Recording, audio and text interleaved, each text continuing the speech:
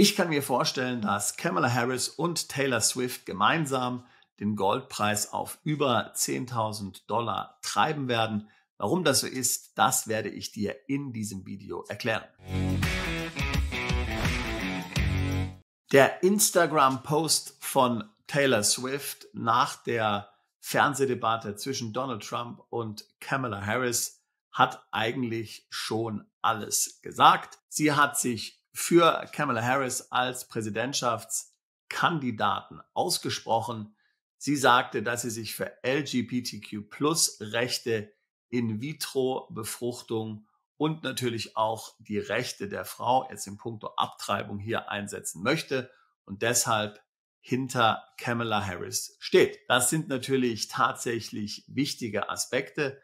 Ich kann verstehen, dass das für viele Menschen natürlich wichtige Punkte sind. Ich will jetzt hier eigentlich auch gar nicht Kamala Harris und Donald Trump einander gegenüberstellen. Darum geht es nicht. In den Umfragen sieht es ja so aus, als wenn Kamala Harris momentan führen würde. Wobei das nicht besonders viel sagt, denn das Wahlsystem in den USA ist ja so, dass selbst wenn du nicht hier die Mehrheit der Stimmen hast, kannst du dennoch ohne weiteres die Wahl gewinnen. Hier kommt es also vor allem darauf an, dass du die richtigen Stimmen bekommst, nicht die Mehrheit der Stimmen. Aber wie gesagt, das lassen wir jetzt mal außen vor.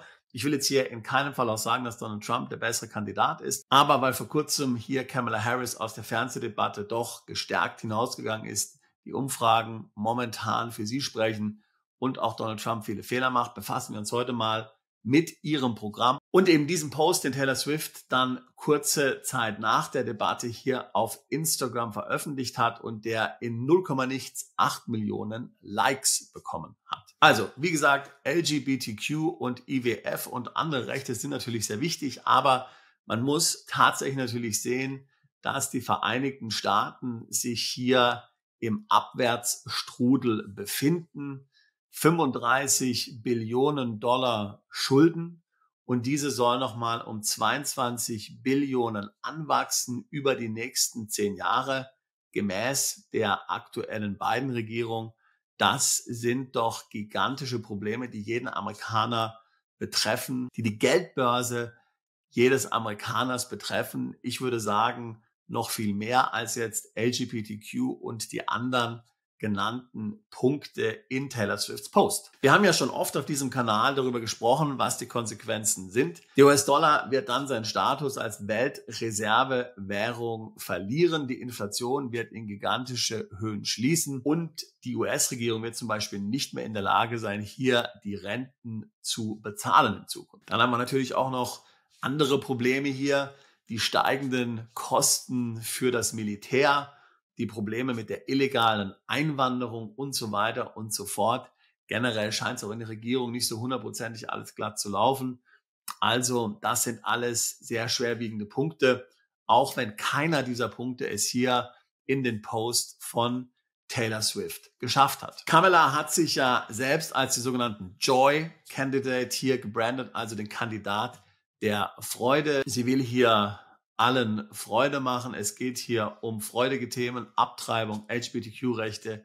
Das ist das, womit sie punkten will. Die wirtschaftliche Sicherheit, Perspektive und Zukunft der USA, da hat sie relativ wenig zu sagen. Was sie zum Beispiel vorhat, ist, dass sie $25.000 jedem gibt, der zum ersten Mal eine Immobilie kauft. Also, ich meine, mit ein bisschen Lebenserfahrung wirst du natürlich genauso wie ich sofort verstehen, dass die einzige Konsequenz dieses Versprechens ist, dass eben Einsteigerimmobilien sofort an $25.000 teurer werden. Ist ja völlig klar.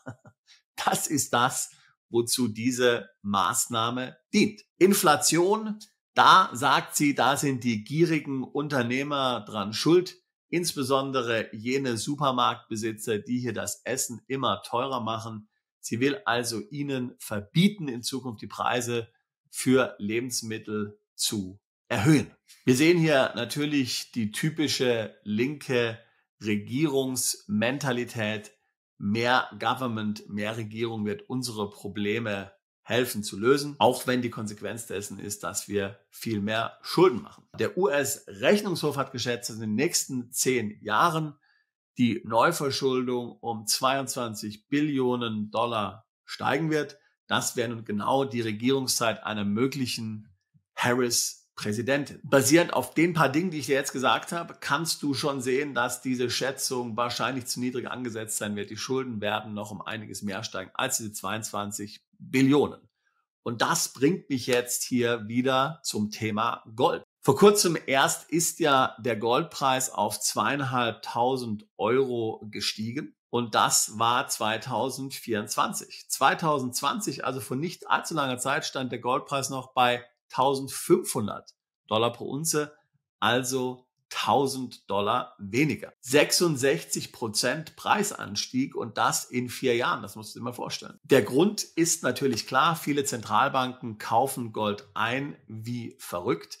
Viele Kleininvestoren übrigens verkaufen Gold wenigstens in den USA. Aber weil so viele Zentralbanken kaufen, geht der Preis dennoch nach oben. Typischerweise pro Jahr kaufen Zentralbanken so ungefähr 500 Tonnen Gold. Aber zwischen 2022 und 2024 war es doppelt so viel. Über 1000 Tonnen Gold pro Jahr haben die Zentralbanken zwischen 2022 und 2024 gekauft. Der Wert dieser zusätzlichen Goldkäufe durch die Zentralbanken, also zusätzlich zu den üblichen 500 Tonnen, das sind also 1250 Tonnen zusätzlich, beläuft sich auf 80 Milliarden $. So, und jetzt stell dir vor, was passiert, wenn hier der Dollar weiter absackt, wenn der Dollar weiter an Stabilität verliert, wenn das Vertrauen in den Dollar abgeschwächt wird, der Dollar seinen Status als Reservewährung verliert. Was wird wohl dann passieren mit dem Goldpreis? Wenn wir uns die Entwicklung des Goldpreises anschauen, dann können wir sagen, es wurden 80 Milliarden $, nicht in US-Vermögen, zum Beispiel US-Staatsanleihen investiert, sondern eben in Gold als tatsächliche alternative Investmentstrategie zum US-Dollar. Und das hat den Preis von 1.500 auf 2.500 $ pro Feinunze steigen lassen. Nun schätz mal, wie viel US-Schulden bei den Zentralbanken insgesamt weltweit so auf der Bilanz sitzen. Insgesamt 8 Billionen. Ja, 8 Billionen, 8.000 Milliarden.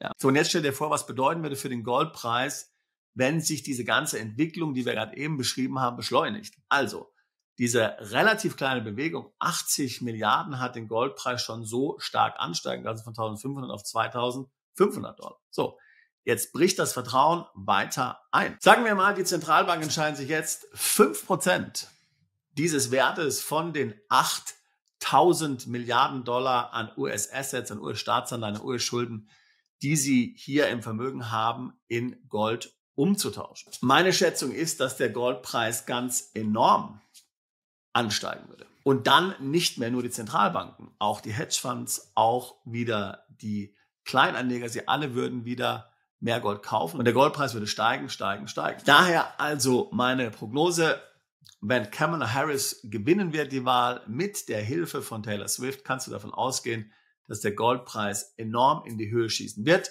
möglicherweise auf 10.000 $. Wer weiß.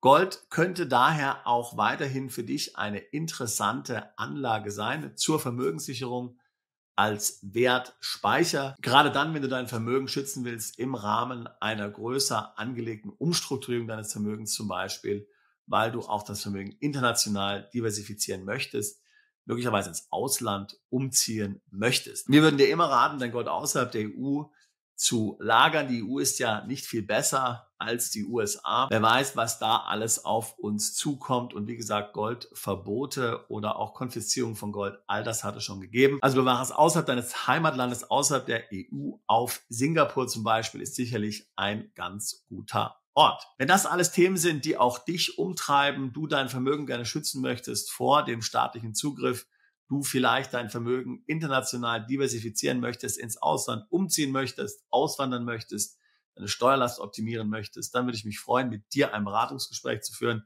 Link packe ich hier in die Beschreibung zu diesem Video mit hinein. Wir tun seit fast 20 Jahren nichts anderes als Mandanten genau dabei zu unterstützen und ich würde mich freuen, auch dich alsbald zu unserer Mandantschaft zählen zu können.